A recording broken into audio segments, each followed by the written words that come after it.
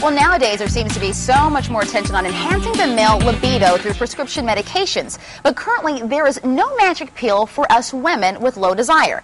Well, today we're going to talk about hypoactive sexual desire disorder in women, and particularly in women who are postmenopausal, including those who have had their ovaries removed. And here to fill us in is Dr. Michael Snaves from Biosante Pharmaceuticals and study participant Kim. Welcome to the both of you. Great to have you. Thank you. Nice to be here. I'm actually very excited we're talking about this. I was alarmed to find out, for the men and women out there watching, that for men who have low sexual desire, there are pills out there. There's Viagra, there's Cialis. But for women, we don't have an option. There are no drugs approved by the FDA to help us with our sexual, disorders. Is that right? That's right.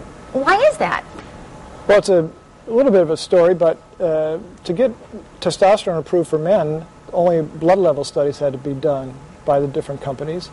And actually, Viagra and those medicines were discovered a little bit by accident. They did the studies that were asked for by FDA, and they were approved now more than 10 years ago.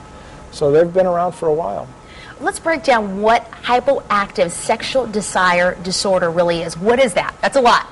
Yes, it is. It means a woman is, or a man, but we're talking about women, have low sexual desire, low interest in sex, and it's enough of and it bothers them. That's the key aspect to make it a disorder. Okay. Is it more common in women that are older versus younger? Yes, it does. As women get older, the low desire actually increases, so that women over 50, 40 or 50% of women have low desire.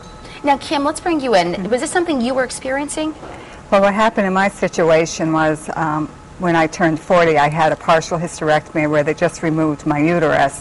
Then in 2008, when I turned 48, they had to take my ovaries out, and that's when I started experiencing a low desire.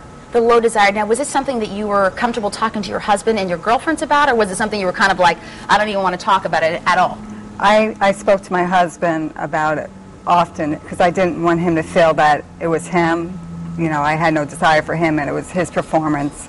So I did make him well aware that it was something that was coming from me because of my surgery, having my ovaries removed. Now, what was it that finally made you actually call out and seek help? Because I was 48, I wasn't ready to sit on the couch and cuddle with my husband and hold hands. Right, you wanted to be sexually active. Correct, and it was part of our marriage that I enjoyed, and I wanted to have that desire for my husband. Tell us a little bit about this study that you're doing, Dr. Snaves, because it's a really important study. I think that it's definitely something we should be talking about. Tell us about the treatments that you guys are looking at. Well, we're comparing our Libigel, which is a small amount of testosterone, supplied daily to women, comparing that to a gel with no testosterone, a placebo gel. It's applied daily. And we're comparing that, those in research studies throughout the U.S. and Canada, about 150 sites actually nationally. And what has the response been like? I mean, what are people saying about it? Well, I think we're getting a good response. We're still recruiting patients for our studies, and but we think there's a lot of interest. We think this is a very important study to be doing now. What is the takeaway, though? Because I know a lot of times we hear these stories in our marriages where, men are saying, listen, my wife doesn't want to have sex, I want to have sex. Yet for us women, we're saying we want to have sex, we want to be intimate with our spouses, but yet there is no sexual desire because it's decreasing and there are no options out for us. So what is the takeaway for women? Well, in my opinion, the takeaway is that we need to get this medicine approved so that relationships throughout the U.S. have the opportunity for a treatment like this, which is very much needed.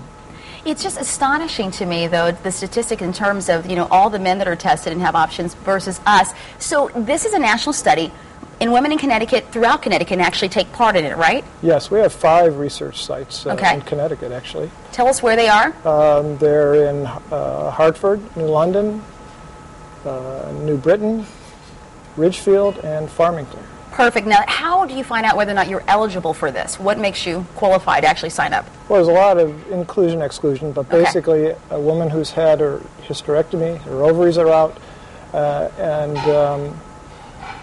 those are the main important the inclusion criteria for this study. And before women sign up, are there any questions that we should be asking ourselves? Any key questions?